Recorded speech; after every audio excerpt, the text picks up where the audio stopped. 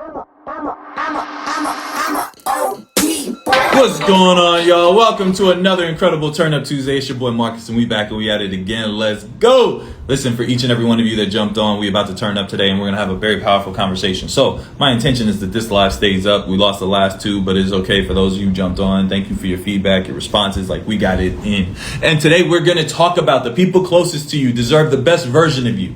Right. And so I want to make sure that we hit this home. We make it so loud and clear. Right. For those of you who may have been in this position. Right. Like, understand that you don't get to be disrespected because you hold space for certain people in your life. There is a requirement and estimate. There's a requirement and an expectation on how people get to show up, and you get to set the standard. Right. Like, this may not hit home for everybody, but I promise you it is such a real space. So with that being said, I will give you our disclaimer. If I say something that upsets and or triggers you, you're welcome. You're absolutely welcome. My intention is to love people better than I found them, and how we do that is by having real conversation. So as we talk about it, right, like the understanding that people in your life, right, deserve the best version of you. This comes from an ownership space, and I also get to reevaluate it because I got people that really care about me. And sometimes you got to learn how to channel your frustration, your life's challenges, and some of the things that are upsetting you away from the people that love you, right? Because what we find is that so many people are in intimate relationships, and they come home, they bring their work with them, they bring their issues with them, they bring their drama with them, and they just dump them on the plate of the people closest to them, right? Like your family, your friends, your loved one, your significant other. They don't deserve to deal with the garbage that you refuse to process and work through before you get back into their presence. Stop bleeding on people that didn't cut you. Stop expecting people to hold you and be like, well, they know my heart. They know I mean well. Show them you mean well. By showing them, you prove that you mean well. But by disrespecting the connection in the relationship, wow, come on, man. You just are putting yourself in a position that's clear that you don't deserve it. Sometimes we don't hold space for the people closest to us, and we just expect them to hold space for us. Right? Like, yo, fellas, your girl, your wife, your fiance, whatever she is, your partner in life, yo, you don't get to dump on her because you had a tough day or because things aren't going your way. We don't get access like that. Like, that's not our responsibility. And now you can't create happiness for others, but you don't get to dump your struggles on them, right? Find those confidants, those people that can hold space, that can help you talk through things, right? Sometimes you just got to talk it out. Sometimes you just got to express what's going on, but you don't get to just get an attitude with the people closest to you, right? Like, your partner doesn't deserve to catch that. Ladies, right? It's the same thing. If somebody upsets you, you're allowed to feel what you feel, because what you feel is real. But just remember, it's only real to you. And so if it's real to you, and as you deal with it, and as you live it, and as you feel it, don't then just expect your partner, your significant other, to have to handle it, right? Like, that's just not how life goes. And sometimes we get caught up in this, and I'll just give you a perfect example, right? Because the reality is it also happens with parents and children, but best friends, co-workers. Somebody will upset you at work, and the person who catches all your hell because you don't want to disrespect or say something to your boss is the person waiting for you at home. Yo, it's ass backwards. The people that you take care of the most are the people closest to you, the people that you love. If you're not taking care of your partner, your significant other, your kid, if you can't protect them from your outlash, from your backlash, from your outpouring of frustration and anger, do you deserve their presence? Like, do you deserve access to them? Do you deserve to have good people in your life? This is also the same, and this is something so powerful, and it's become real because as my dog's getting older, I realize, like, you really like pets, and I'm gonna speak dogs specifically. Cats are cool, but dogs specifically. You notice that it's powerful because dogs can't speak, because they show love through action, and they receive love through action. You can talk to them all day, and it sounds good. You can get them super excited with the change of the influx, the fluctuation in your tone and your excitement in your voice, but they learn through our actions, right? And it's the same thing with the people closest to us. You can say I love you all day, but if they don't ever feel love, does it even exist? And the reality is no. And it's the same thing when it comes to loving people, how you receive love. If you don't understand how your partner, your friends, your family, your loved ones receive love, if you don't start to understand their love language, right? And some of them may not even understand their love languages. But this is the value of building stronger relationships, healthier relationships, happier relationships. And I mean in every capacity, not just intimate. I mean all of them. We get to take a step back and start to reevaluate how we interact with those closest to us.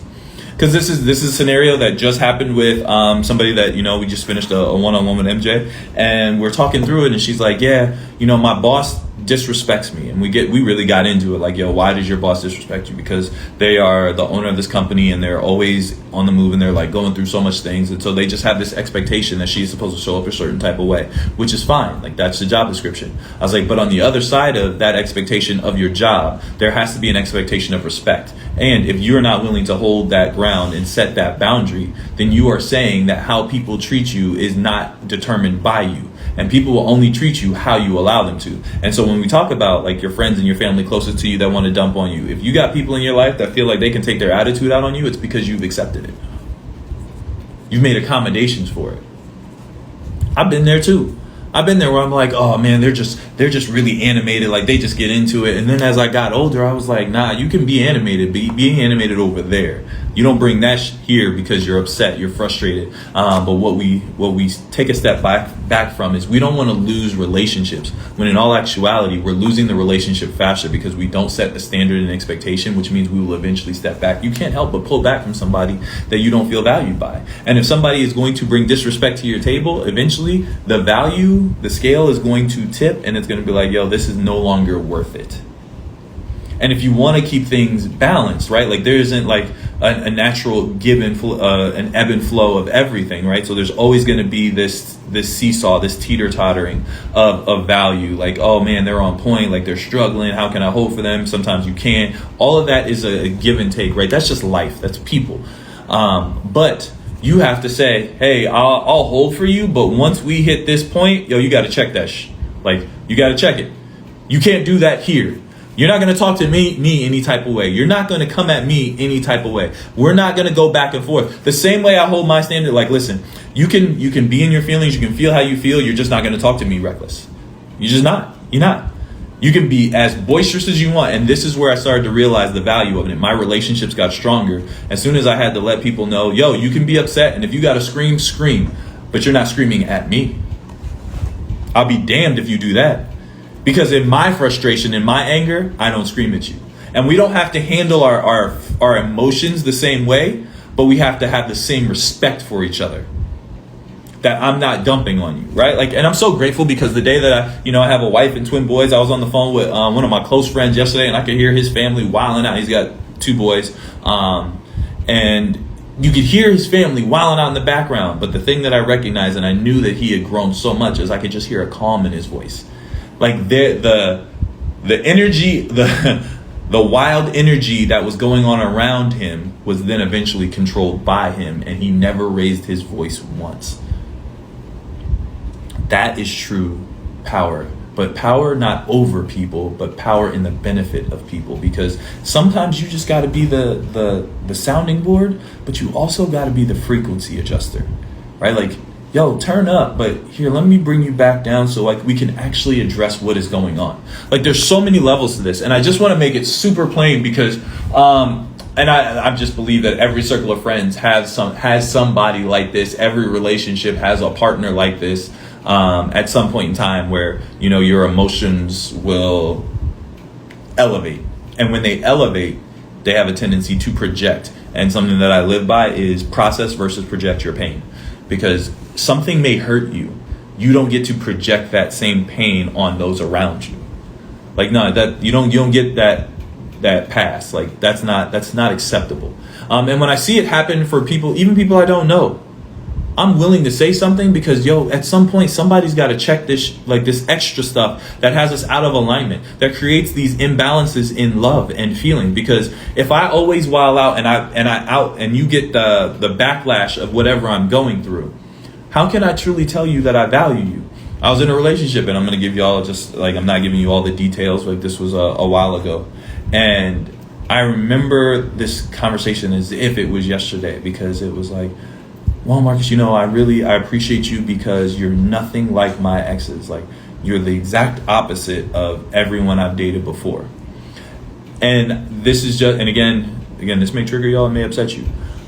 I wanted to have more of a conversation around that because I go, that may have sounded like a compliment to you, but it's not for me. Because I don't pride myself about being in competition or like or unlike anyone else. I am me, and I'm the only me. right? Like, and I'm gonna be that. So let's really get into it. And she was like, well, you never like really get super angry and disrespect me and this and the other. I was like, absolutely, right? Like, I recognize how the man that I am, and there are times where I'll get upset, but now I'm in a space where I take a step back as opposed to being like, yo, let's engage, because that engagement is just an emotional outlash. And listen, I'm not going to throw a temper tantrum in my relationship. I was like, but what I want to bring to light is that the comparison is the thief of all joy, and we can't be in true joy if you're comparing me, whether it be good or bad, to anything that you've had before, because your experiences is with me directly.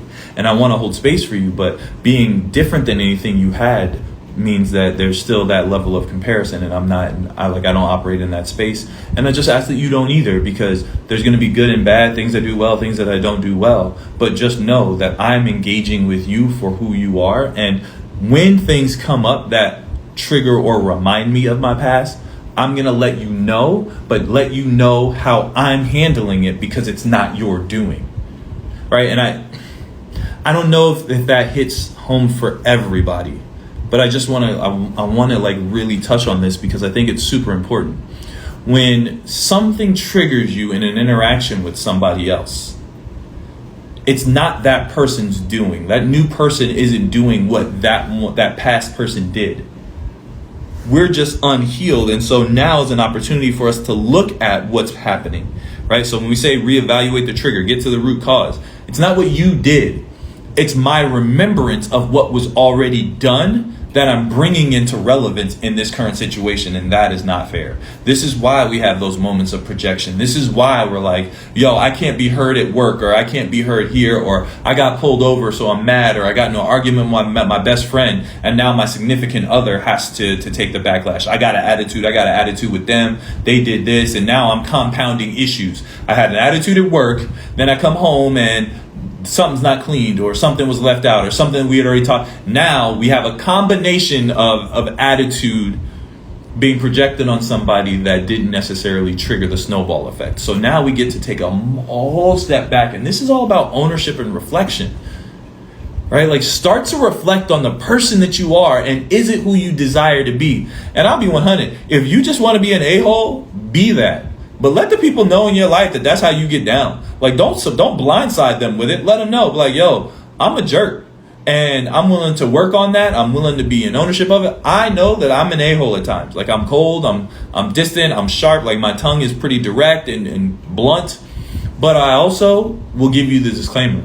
Hey, can we have this conversation later? Like, I might just be a little off right now, and I want to make sure that I can articulate myself effectively, not just emotionally. Right? Because for personally, I'll speak for personal existence. As a man, we're taught to devalue emotion, devalue feelings. Like, yo, put that on the back burner. It doesn't exist. How can you just operate logically? How can you come to a solution, move forward, or get over it, or blast through it, right? Like, all of the above. And now what I've learned is that I have the ability to experience the feeling without projecting it on the people around me. Because now I'm setting up an expectation that they could never live up to. Right? Like, you're supposed to heal what I won't process, or what I won't heal myself. And that's not fair for anybody, because nobody can do that for us. So to bring it back about face, like, the value of understanding where you are and how you feel is big. But the care comes forth when you show people how much you really love them. And I'm talking about this because I've seen it time and time again. I know there are people on this line that have had, and this isn't just in intimate relationships. Again, you got friends that don't really rock with you because they had a bad day. And instead of telling you they had a bad day, they just give you attitude, and you be like, yo, what's wrong? Like, what just happened? Right? You got a significant other that's struggling in some area of life, and they just decide to bring it to your table. But the expectation is, because you're my friend, because you're my boyfriend or girlfriend, my wife, my husband, right? My mom, my sister, my daughter, my uncle, my brother, right? Like, you just deal with it because you know how I am. Yo, damn that. Because I love you, check your mess. The same way I would expect you to do the same for me. If you're like, hey, yo, what you getting an attitude with me for? Like, I literally have not done anything. I'd be like, you know what? Let me reevaluate how it is I'm treating you. But I'm also in a space in my maturity, and it's taken me a while to get here, to look at how I'm interacting with people. And I'm like, damn, I'm kind of short right now. Like, if you're not in that state of awareness where you don't know your own fluctuations and your changes in your pace and your tone and your movements and how you're talking to people, like, that's an obliviousness that is not acceptable. It's not okay for you to not know you. And I know ego triggers, because there's somebody on this line that was like, don't tell me I don't know me. If you just got an attitude when you heard that, you probably don't know yourself as well as you get to, right? Like, start to dig deep and really understand the aspects of yourself. Because when you start to see the areas that you're out of alignment, you can adjust and make powerful connections. This is what life is about. Like, we can't take money to the grave. We can't take prizes and possessions, right? But as you live this life, how do you make people feel? And understanding how you make people feel first starts with understanding how you feel about you. You notice the happiest people don't get thrown off by the wildest attitudes? There's times though, like, especially when I'm on point, when I'm in alignment, I'm grounded, my prayers is up and blessings is coming down and everything is in alignment, right? Like, you have to work to be at that state, and it doesn't happen all the time. But when it comes, woo, bask in it, right? Somebody will do something reckless and I'll be like, I wish you the best with that. Like, I'm not going to embody your because it's not mine. Why would I sift through the garbage you brought to my table because you won't? I'm not your therapist. I'm not your counselor. I'm not your savior. I can't save you when you refuse to save yourself, and vice versa. So now I operate and I walk in this confidence where I go, man, there's times where I just get to catch myself. There's plenty of times where I don't say anything. There's times where, like, you gotta start to just understand you. And if you can't have that healthy conversation with yourself, then you're just imposing yourself upon those around you with an expectation that they just got to deal with it. And that's selfish as hell. That's selfish. Being selfish is unacceptable in this existence. When it doesn't then embody selflessness. So I will say this because I got to, again, give clarity. When you truly learn to be selfish in a way that is improving who you are, you can then be genuinely selfless. You can now give to others, because when we give to others prematurely, before we start working on ourselves and being aware of who we are and how we show up and how we talk and how we move and what we do and what triggers us and what hurt us and the things that are still like lingering pains. Like, once we start to understand all of those things, we no longer give the world around us and the people who love us a bootleg version of ourselves. Because this is it. If you refuse to heal because that relationship a couple of years ago messed you up, if you thought you could sweep it under the rug and you could just go on into the next, there's a reason that you catch an attitude every time somebody doesn't pull out your chair, right? There are plenty of men, and I'm not making excuses for this, because gentlemen, listen, I've been there. I'm not going to pretend. There have been times where I didn't pull a woman's chair out, right? There have been times where I don't open a door. Fellas, if you're on this line, let's get back to the simple things, right? Like, yes, they are able to open their own damn door. Yes, they can take care of those things. But it is a sign of respect for us to make sure that we take that on. You may not agree, and that is on you. But I absolutely and fervently believe it. If one of my boys went to take his girl somewhere and he could not open the door for her, I'm like, what's your problem? Like, I'm going to say something to you. Why? Because I care about you. Right? But there is an absolute understanding. Once you grasp how you show up for you, you can then show up for others. But if you won't heal that wound, there's a reason that you're walking like there's a pebble in your shoe. Why? Because there's an undercover hurt that you refuse to adjust. I can tell y'all, like, I noticed that I could not really squat when I was in the gym. And I know it's going to seem like a tangent, but we got to go here so I can come back around and for it to make sense, right? I was struggling for squats in the gym. And what I noticed was that I had this lingering issue in my right hip, and I didn't want to stretch. I didn't want to warm up. I didn't want to do these things because I was like, man, I'm going to just get in the gym and get it in, right? What I noticed is it started to create compounding issues. I was just slightly out of alignment, so my hip was overcompensating, which then caused lower back pain. All of a sudden, my neck was always tight. My traps were tight. And then I had an attitude. And I was like, man, there's already times I already get to be aware of myself. Like, when I'm hungry, I'm a little shorter than I normally am, right? So somebody will say something a little reckless, and I'm like, I know my tongue is sharp, but I'm not going to say something this time. And they'll be like, yo, why you look at me like that? Nah, let's let this one go, because I might just be a little hungry right now. And what I would have said to you isn't what I want to actually give to you. So I just might be hungry. right? Like you learn to self-assess. But then what I realized was I was compounding issues because my body wasn't feeling good. I wasn't sleeping well. I was a little more tired than normal, and I started to be short and a little more ruder than I wanted to be. My intention wasn't to be rude. I am already blunt, but sometimes the impact is different, right? Like if I were to smack somebody, they'd be like, damn. But if I were to sock somebody, they'd be like, damn, right? But that is the difference sometimes in our actions, our verbiage, our energy, and our movements. Just because we refuse to take advantage or take a note of something that was brought to our awareness. So now what do? I stretch. I'll be sitting there struggling through my butterfly stretch. Feet together, pulling them in, pushing my elbows on my knees down, trying to get my knees to get lower and lower to the ground. Because what I realized was that alleviation of discomfort had a domino effect throughout my whole body. My neck hasn't been tight, craving massages and all of that, right? Because I was able to relieve tension by focusing on the thing that was out of alignment. And there's so many times in our personal life that we're just slightly out of alignment. We're just slightly off. And it has a domino effect down the line. This is why I love being able to coach with fitness, like nutrition and fitness coaching. Like I love to help people master the little things. Everyone and their mother has an excuse as to why they can't eat healthy, why they don't work out, you know what I realized, man? I'm not here to change anybody's habits. I give you the game plan. You're either going to execute or you're not, but I'm going to celebrate you every step of the way. I'm here for your small wins. Sometimes people just feel like some people just truly need to be recognized for their small wins. We keep operating in life as if we're just another face in the crowd, and that's bull. Right? Like stop letting these things that truly matter to us go under the radar.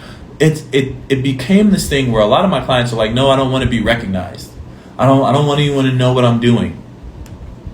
And for a number of reasons, right? Some people are just really like private, but some people have been so devalued in their successes in life that they no longer expect to be recognized for their wins.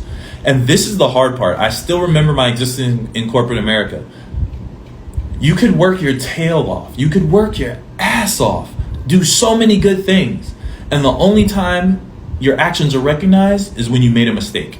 That's the only time a boss would come over and talk to me, or my director would come and say something, or one of my subordinates wanted to complain, right? They'd be like, oh, Marcus did this. And I'm like, this lineage of all these things I did for you just got wiped out because of this one thing that was just slightly off. It doesn't even have to be a full-fledged mistake. And then I took a step back and I was like, damn, all right, God, did you bring that to my awareness? Because now I get to operate in a space where I get to recognize people for their small victories, because those are the ones that are always swept under the rug. And eventually people lose belief in themselves because the little victories are underappreciated. Think about this, right? Like if a child does the small, like when babies learn to walk, they don't even have to take a full-on step and we're celebrating the hell out of them. They learn to hold their head up on their own, and we're celebrating them. They figure out how to hold their bottle, and we're celebrating them. They roll over on their back, we're celebrating them. But as we get older, the celebration stops, but it doesn't mean that it still isn't necessary. So for those of you that are not been celebrated in a while,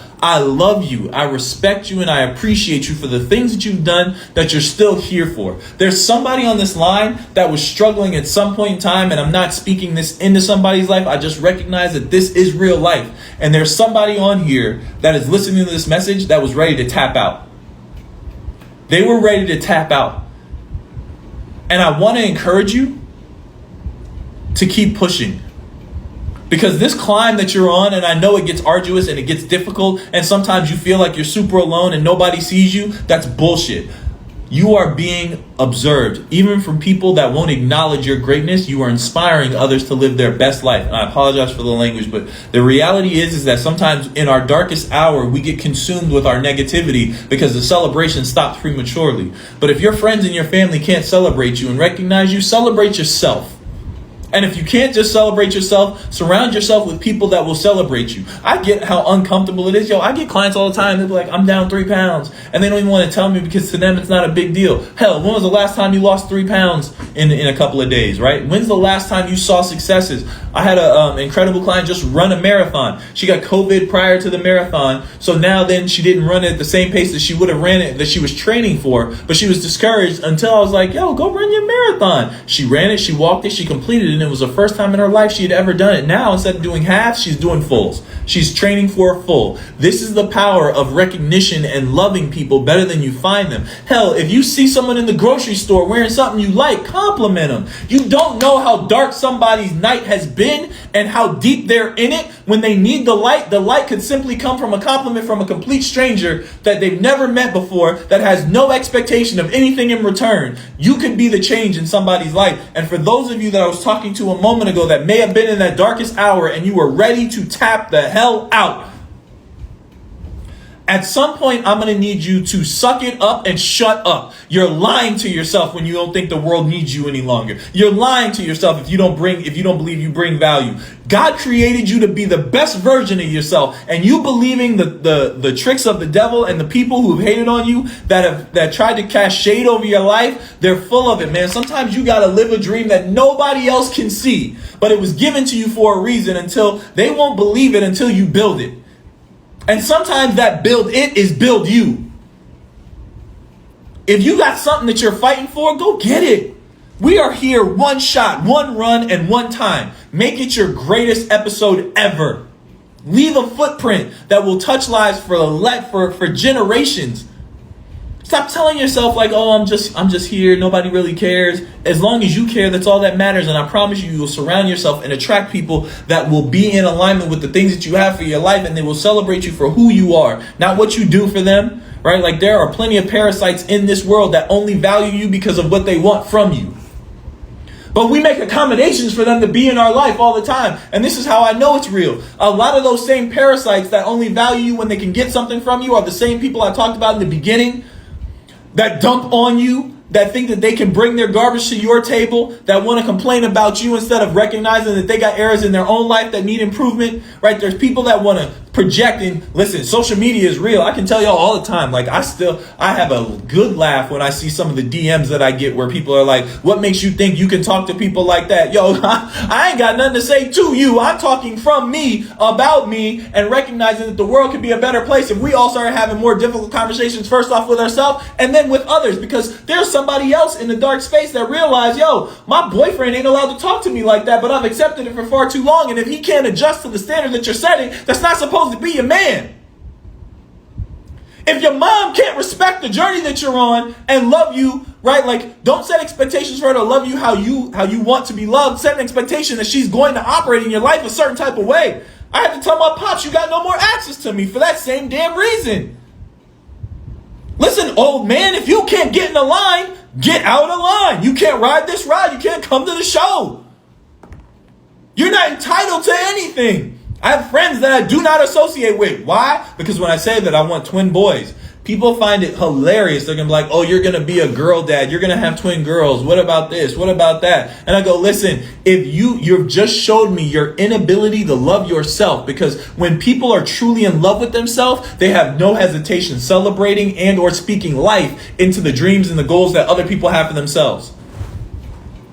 I can celebrate. Listen, somebody tells me they want to wrestle a gorilla. I'll be like, yo, you sure you want to do that? They'll be like, yeah, I saw this event at the zoo. And I'll be like, yo, I would never do it. But if it's for you, go do it, right? Like, go do your thing. As ridiculous as it may sound, I'm going to celebrate what you want for your life because I lose nothing by cheering you on.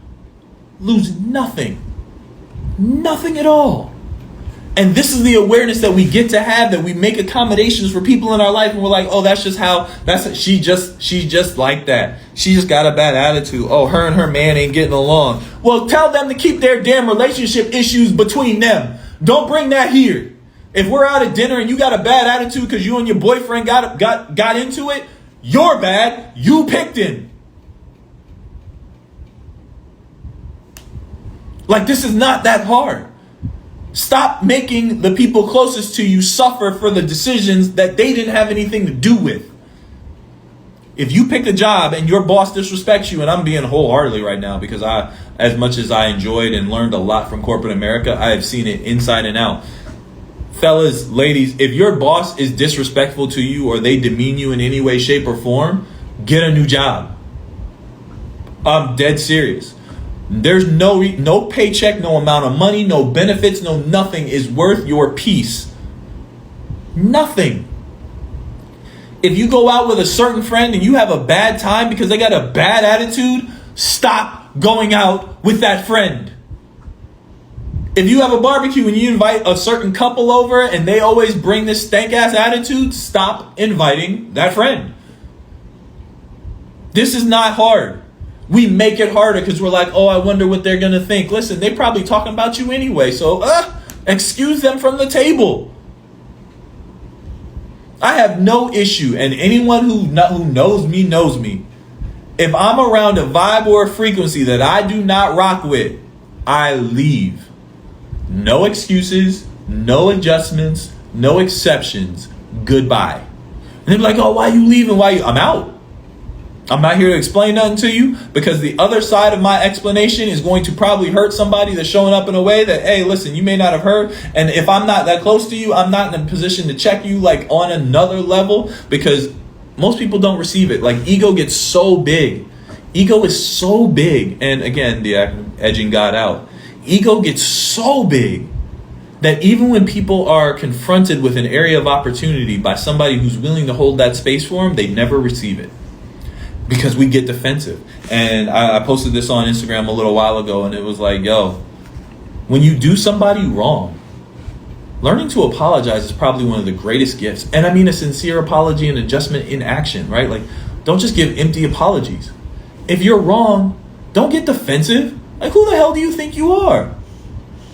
And one of the hardest things that I had to work on was being like, damn, you know what? You right. You right. But you know what I realized in that moment? I was happier because I'd rather be happy than be right. And so I ask you, like, to really assess, would you rather be right or happy? Because so many times we sacrifice our happiness just to be right. And now everybody loses. And this isn't from a space of, yo, just tell people, like, don't be a yes man or a yes woman, like the people in your life, like to not be combative or disruptive. Like, listen, I will happily debate a conversation, but I'm also not going to debate it from emotion, right? I'm not here to argue with you. If we're going to talk about differences in perspective, let's talk about it. But if you're just going to be a jerk or like have an attitude about it, or you want to get emotional, this is also why I don't really get into political conversations and why at this point, I'm actually never going to talk politics with anyone else ever again. Like why I believe this or I believe that. I actually have just denounced all political parties. Absolutely. Why? Because there's no value in it. Because people get so emotionally invested in their thing that they remove the humanity from everything. And it trickles down from more than politics. It's also in relationships. It's money. It's all these taboo conversations. And what I've noticed is, as we're living life just like this, we get riled up, and it's the people closest to us that we treat the worst. Why? Because in our mind, we have this Rolodex of mistakes that they've made, and we can throw that ace of spade anytime on the table we want and be like, oh, yeah, remember when you did this? And so we start digging up all these old accounts, interactions and old occurrences and old things and being like, oh, yeah, well, what about this? What about this? What about this? Like an opportunity to just, I'm a tick for tat, I'm going to get you back. Like all of these things that are unhealthy and unfair. But if I value you and I love you, I rock with you for a reason. Yeah, I'll let the past be the past. We'll course correct the things that are out of alignment. But if we're going to keep rolling, we're going to roll in a healthy space. And I'm going to love you for who you are. And what I've seen is that people in my life have drastically shifted. Yo, awareness be on a whole nother level. They get animated or frustrated or things like that. And then the communication increases. And they're like, yeah, you know what? Let's listen. I might be going through some things right now, man. So like, yeah, so I'm like, yo, great. Like you projected up. Like you didn't project towards me. If your voice increased because you're frustrated, like that's fine. But you're not yelling at me. You can yell. People can yell. Listen, I can debate with the best of them. I just choose not to. I got out of that when I realized that I'd rather be happy than right.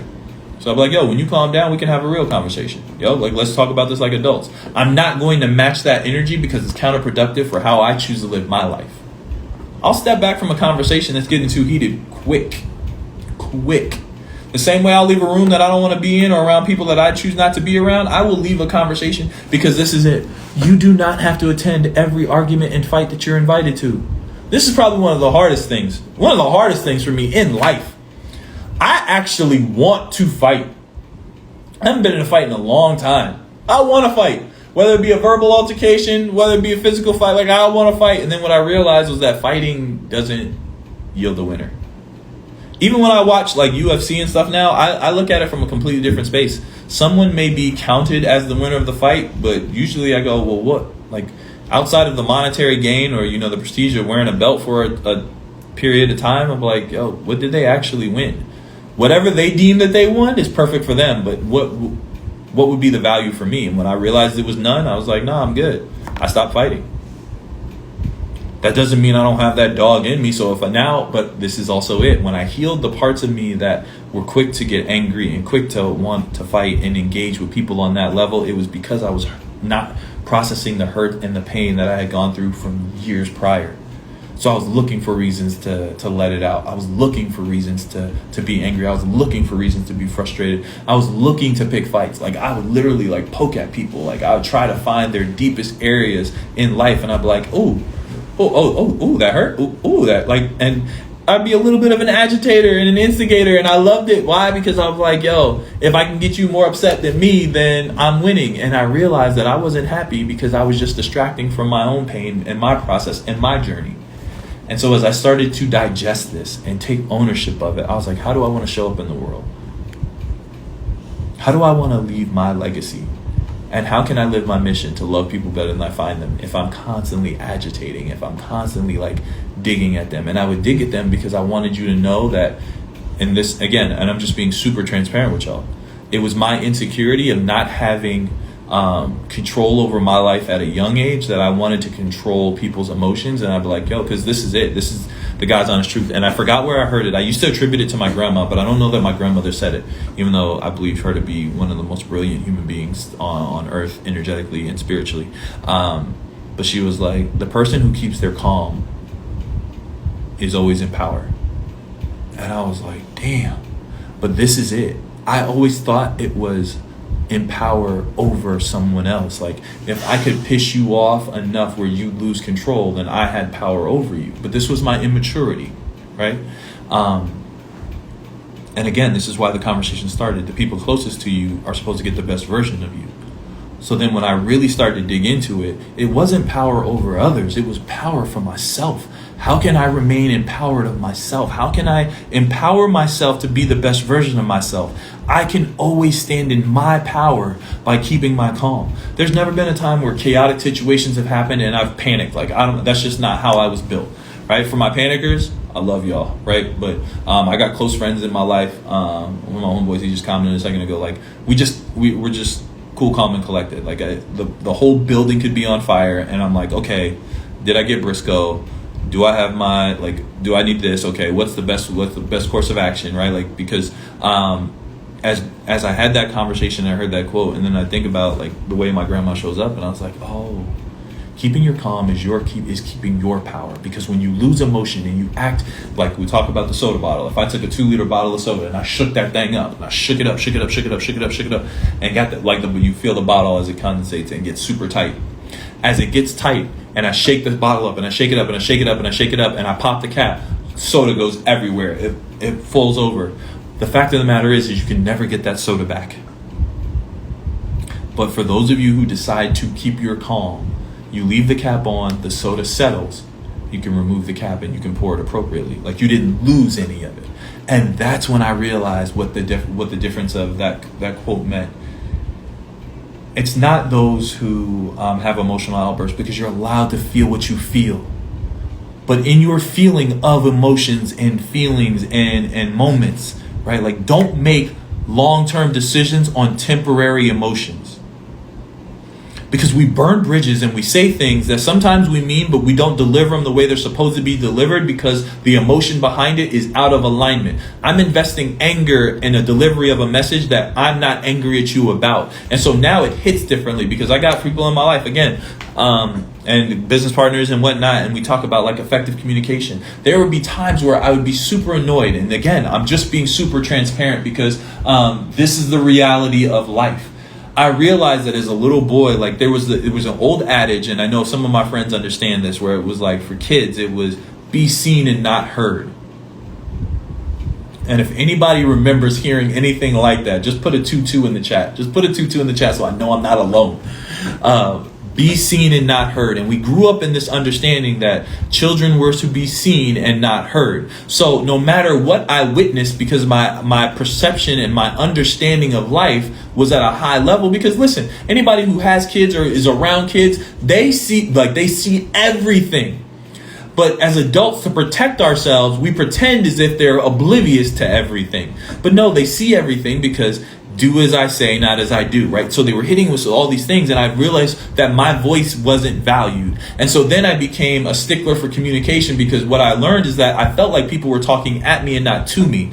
So then it started to transpire in my relationships, in my business, and there'd be times I would talk to my business partner, and there's one specifically, she's phenomenal. She's absolutely phenomenal. And I try to speak life into her all the time, but there'd be times where I would get annoyed, and I'd be like, yo, you're not communicating effectively. Like, where's the rest of the story? And then I took a step back and I was like, oh, for some women, context isn't necessary, because ladies, as intelligent and as superior beings as you are, you will have an entire conversation here, and only part of it will come out here. And I immediately was like, oh my God. She's not telling me that my voice doesn't matter, because what I realized, and again, may just be me, maybe you as well, you might be in the state of awareness, I was associating past pain with my voice doesn't value, with learning how to communicate effectively, that still I wasn't heard, no matter how well I articulated a point, that then I would take the converse and go, people are talking at me, and now they're not even giving me the full context of what they're talking about. It's because they don't respect and or love me, right? So we have this ability, and again, you may be like, oh, I've never done that. The devil is a lie. What we do is we are always putting the pieces of the puzzle together, and sometimes we're making inaccurate connections to things that are completely out of context and out of alignment. And so now I get to hold this space, and when I'm in communication with her, and I'm like, hey, can you just give me context? Right? Something will be said, and then I started to notice that it started happening with other people. My mom was one of them, right? Like other people that were around me, and they'd be like, oh yeah, what about this, that, and the other? And I'd be like, what? And they'd be like, oh, I didn't actually, my bad, I forgot to tell you, bang, bang, bang. And I'd be like, got it. Now we're on the same page. But if you open the book and you just start telling me about page 322, I'm like, well, what happened to the 321 pages prior? Because I just need context. I just need to know what chapter we're on, right? And I'll be able to put the rest of it together, but just don't give me 322 and then be like, yeah, you figure the rest out. No. But now I'm no longer frustrated by it, because I realized that it was my story that I was creating around communication, and not going, hey, wait, just for me, even, yeah, I could be slow, I could be whatever, but just catch me up. And things changed. That's the power of loving people better than you find them. But first, you got to love yourself enough to be willing to go into your own damn closet. Like, I'm not perfect at this. I don't have this mastered. But I had to start going into my closet and being like, damn, Marcus, like, what about you still has you off? Like, why do these things agitate you? Why does this rub you the wrong way? And what value are you assigning to it that has nothing to do with the interactions and the situations that you're facing today? The things that I'm encountering in 2022 are only a reverberation and a vibration of the things that I did not deal with in 2021 and beyond.